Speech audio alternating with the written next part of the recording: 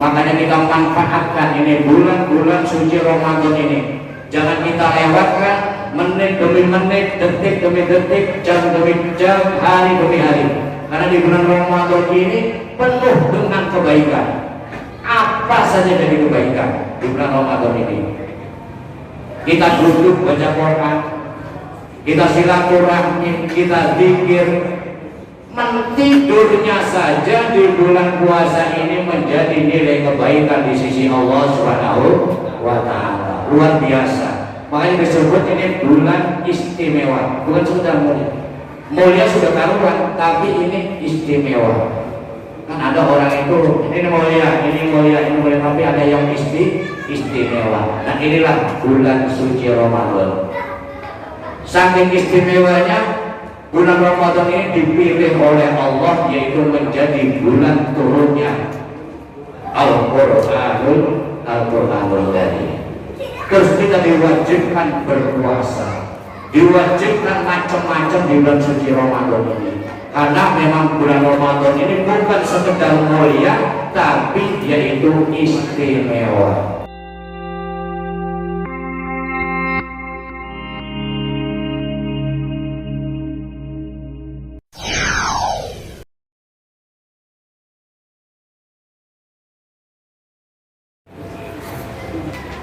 Assalamualaikum warahmatullahi wabarakatuh. Bismillahirrahmanirrahim. Alhamdulillahirabbil alamin. Wa bihi nasta'inu ala umuri dunya waddin. Wassalatu wassalamu ala sayyidina Muhammadin. Allahumma shalli ala sayyidina Muhammadin wa ala alihi wa sahbihi ajma'in, amma ba'du. Bapak Ibu serta saudara-saudara sekalian, jamaah salat Isya, salat tarawih, insyaallah salat witir, mushola al-barakah, yang semoga puasa kita, ibadah kita, ibadah kita, amal soleh kita di bulan suci Ramadan ini diterima oleh Allah Subhanahu wa Ta'ala. Ya Rabbal Alamin. Saat ini kita bulan puasa ini sudah dilatih oleh Allah untuk menjadi pahlawan. Pahlawan itu asal kata dari pahlawan, yaitu orang-orang yang pandai, orang-orang yang hanya mencari pahala, tidak mencari macam-macam. Makanya orang-orang yang telah berjuang di jalan Allah itu disebut pahlawan itu karena mereka berjuang hanya karena Allah mencari pahala, sehingga dikenang oleh anak cucunya termasuk kita ini, mereka dikenang sebagai pahlawan.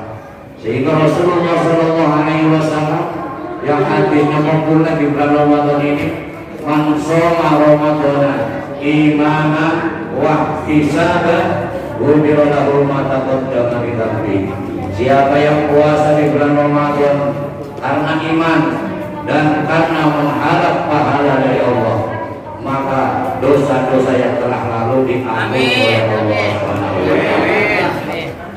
Jadi dosa itu ada yang diampuni dengan sholat, ada yang diampuni dengan zakat, ada yang diampuni dengan puasa, dan ada yang diampuni dengan melaksanakan ibadah haji, tergantung kepada kebanderan dosa-dosa kita yang kita lakukan.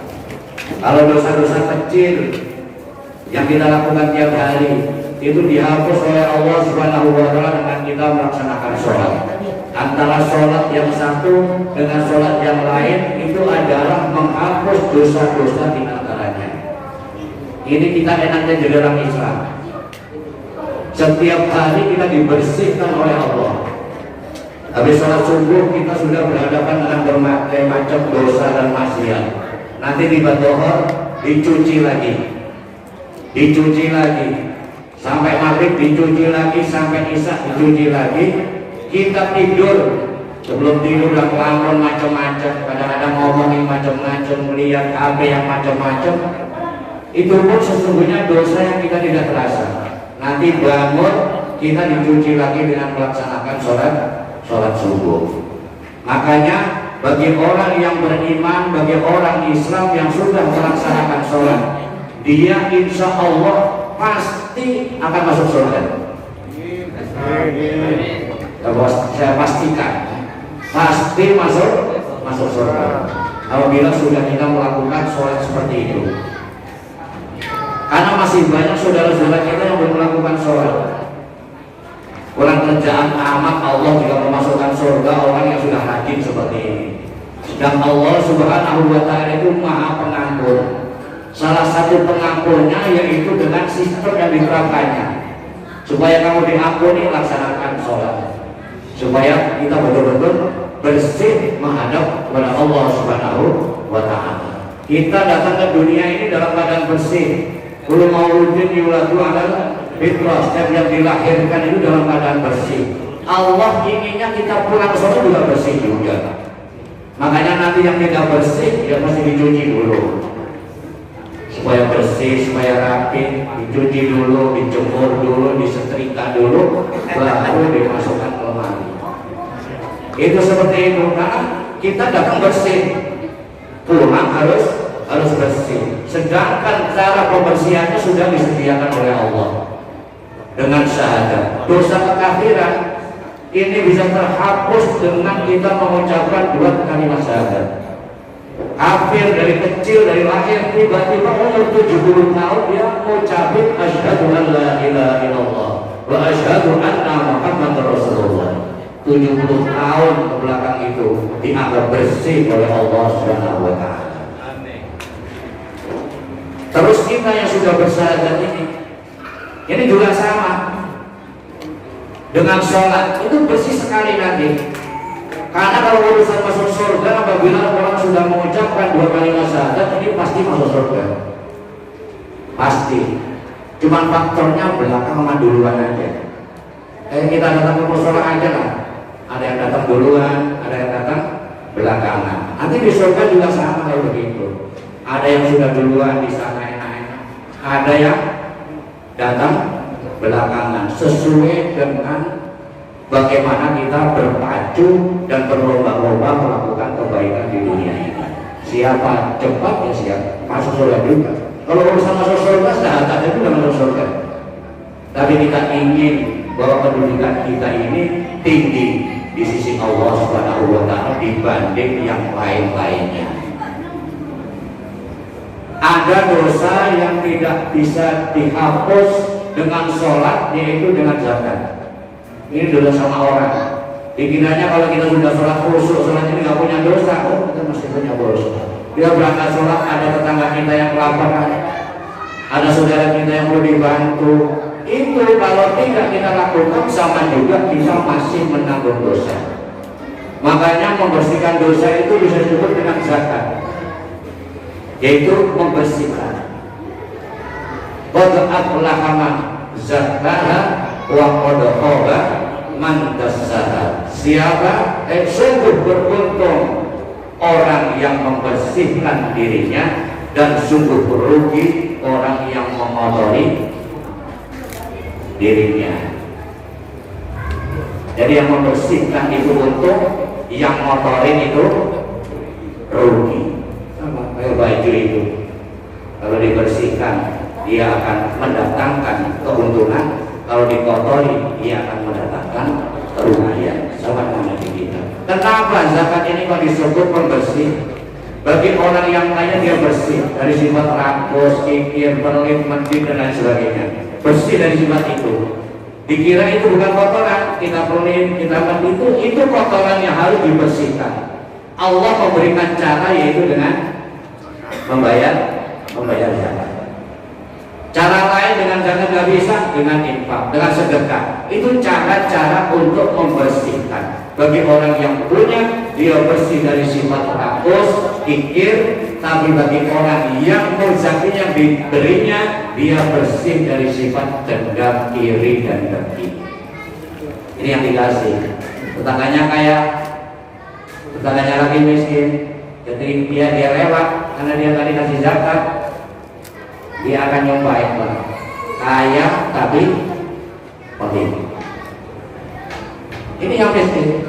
Gara-gara apa? Karena iri. Kalau sudah iri akan muncul kedengkian. Apabila ini sikaya bersih dari sifat kikir, medit, pelit, bakil, yang miskinnya bersih dari sifat iri, dengki, dendam, sebetulnya masyarakat adem-adem saja. Yang bikin panas, yang bikin masalah itu karena ini yang zakat ini tidak dilaksanakan. Makanya orang yang membersihkan hartanya dengan zakat itu artinya dia membersihkan dosanya dari urusan sesama manusia. Ada yang tidak bersih dengan zakat, yaitu dibersihkan dengan puasa semacam ini. Seperti hadisnya tadi, siapa puasa di bulan Ramadan karena iman dan mengharap pahala dari Allah, maka dosa-dosa yang telah lalu diampuni oleh Allah. Nah, ini kita sudah laksanakan. Beruntung kita diberikan nikmat hidup oleh Allah Subhanahu wa Ta'ala, sehingga kita di bulan Ramadan ini masih ada kesempatan. Ini yang kadang-kadang kita tidak syukuri nikmat hidup ini. Padahal nikmat hidup ini diinginkan oleh miliaran jutaan orang yang sudah pernah mati itu. Kalau Bapak tak percaya, besok pagi-pagi datang ke kuburan, tanya ke orang-orang sudah mati, dia cuma pengen hidup sebentar saja, ingin melaksanakan sholat tarawih yang belum pernah tarawih, ingin melaksanakan puasa yang belum pernah puasa, ingin bersedekah yang belum pernah bersedekah. Itu yang sudah mati itu. Besok pagi-pagi datang ke kuburan, tanya, mereka pengen hidup sebentar saja.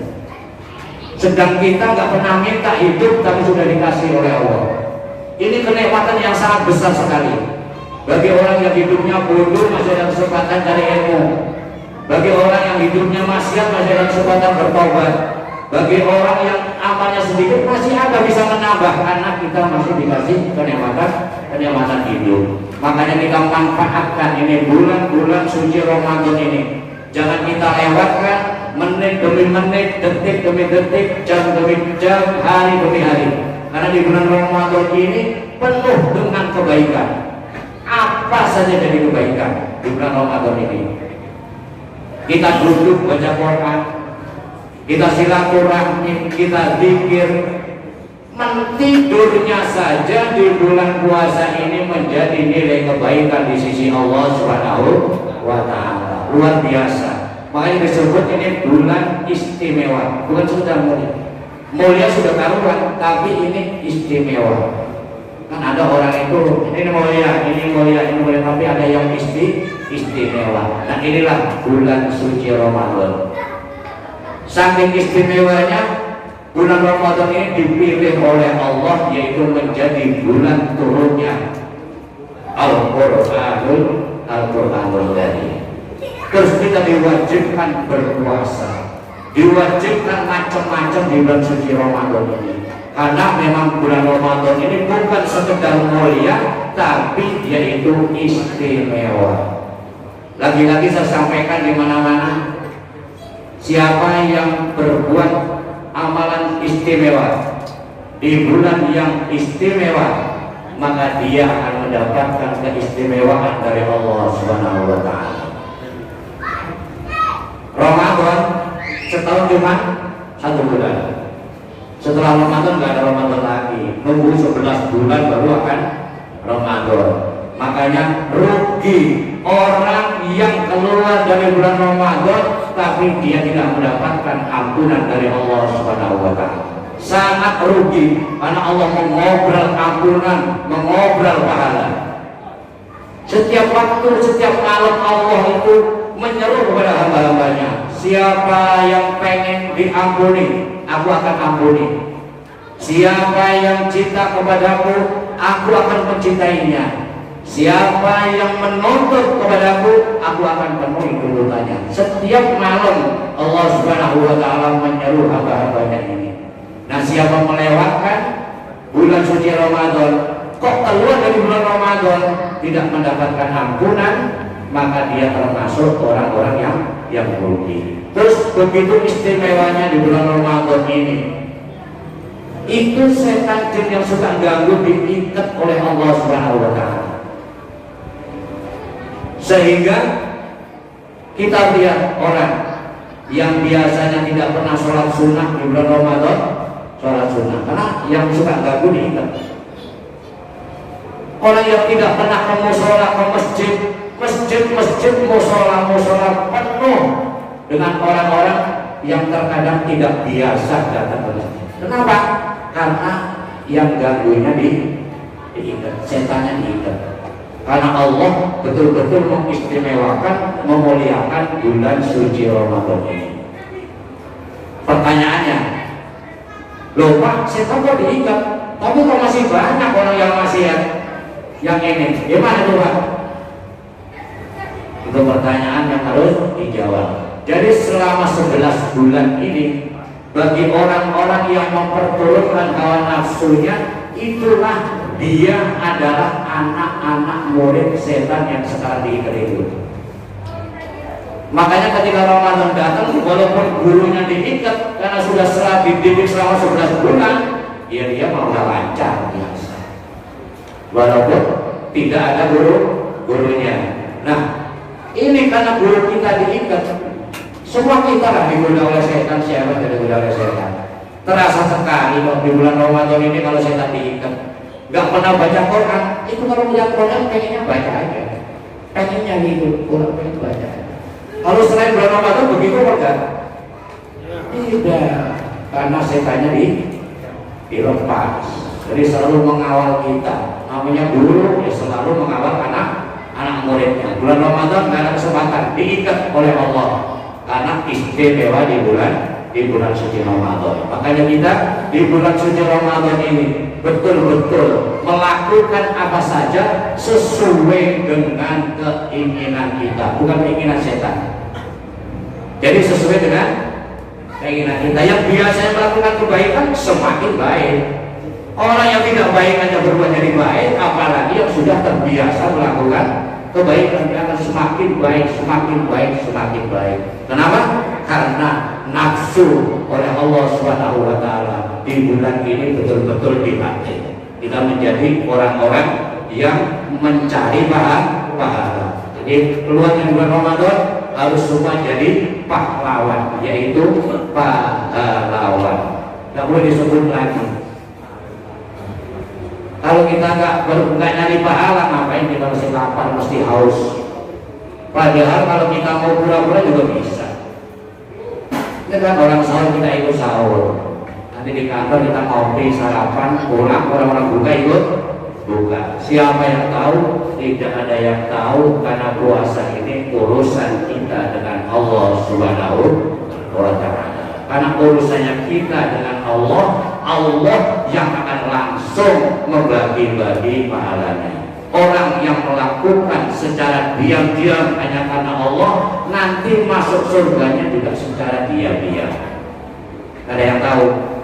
Nanti tahu di surga. Kamu melalui hisab enggak? Kalau surga enggak. Tahu-tahu sudah ada di dalam surga. Karena di dunia sudah terbiasa melakukan ibadah, melakukan amal soleh karena Allah cara diam-diam, nanti masuk surga pun itu secara diam-diam. Sehingga malaikat bingung, ini kenapa ini bisa masuk surga secara diam-diam? Ini terasa karena kita memerangi hawa nafsu secara diam-diam hanya karena Allah Subhanahu wa Ta'ala. Ini di bulan Ramadan, nasi itu kan halal siang hari, sayur, es, cendol, lain-lain itu halal. Tapi di bulan Ramadan ini di siang hari kita disuruh menahannya. Makanya nanti orang yang pasti berkualitas begitu, menahan dari sesuatu yang halal saja dia mampu, apalagi menahan dari sesuatu yang diharamkan oleh Allah Subhanahu wa Ta'ala. Makanya pasti masuk surga begitu. Kalau nggak percaya selesai Ramadan mati kan, berangkat duluan. Itu nggak ditanya lagi sama malaikat kan? Pengen nggak masuk surga? Nggak ditanya lagi kayak begitu. Pengen nggak? Pokoknya jawabannya malas aja. Ini model kita itu ditanya pengen masuk surga, kalau ditanya mati mau pikir-mikir. Padahal syaratnya masuk surga itu mati dulu. Ya kalau nggak mati kita nggak bisa masuk surga. Itu di bulan Ramadan kita tahan nafsu sampai habiskan waktu nanti sampai Ramadan akhir ya. Tahan nafsu. Ingat bahwa nafsu itu diciptakan oleh Allah bukan untuk dituruti, tapi untuk dikendalikan. Bukan untuk dituruti, tapi untuk dikendalikan. Ingat, maka siapa yang mengikuti nafsu dia pasti akan celaka. Tapi siapa yang mampu mengendalikan nafsu dia akan selamat. Nafsu itu kayak anak kecil. Biar anak kecil itu akalnya belum sempurna. Apa saja yang dilakukan itu karena nafsunya, karena keinginannya. Terus anak kecil itu ya, anak kecil itu kenapa itu? Anak kecil nih, sedikit lagi ya, saya potong juga sebentar, 10 menit ya. Anak kecil itu ditanya sama maknya itu sama ibunya itu kalau tidak disapih itu sampai kaki hati juga bisa naik aja loh. Tapi karena 2 tahun dia disapih, ditahan nafsunya, tidak disolati. Seperti anak kecil, nafsu itu kalau nggak dituruti tidak akan membahayakan kita. Paling dia cuma mengeluh, meraung, menangis, tapi tidak membahayakan. Makanya di bulan puasa ini kita nggak boleh makan siang, nggak boleh minum, nggak boleh ini. Itu kalau ditahan, nggak dituruti, dia nggak akan membahayakan. Tapi kalau kita mampu mengendalikan, itu hasilnya nanti akan kebahagiaan. Dengan azan saja luar biasa kita bahagianya. Itu cuma dengan azan saja.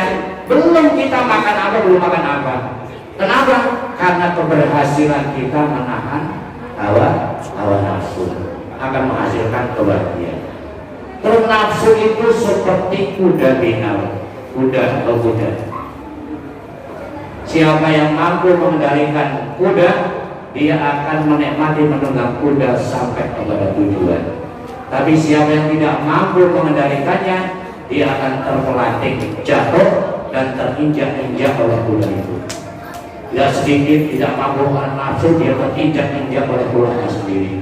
Makanya di bulan Ramadan ini kita dilatih oleh Allah untuk menahan hawa nafsu kita. Jangankan dari yang haram, yang halal pun kita mampu menahannya. Insya Allah apabila kita mampu menahan terhadap yang dibolehkan, kita akan mampu menahan yang dilarang oleh Allah Subhanahu wa Ta'ala.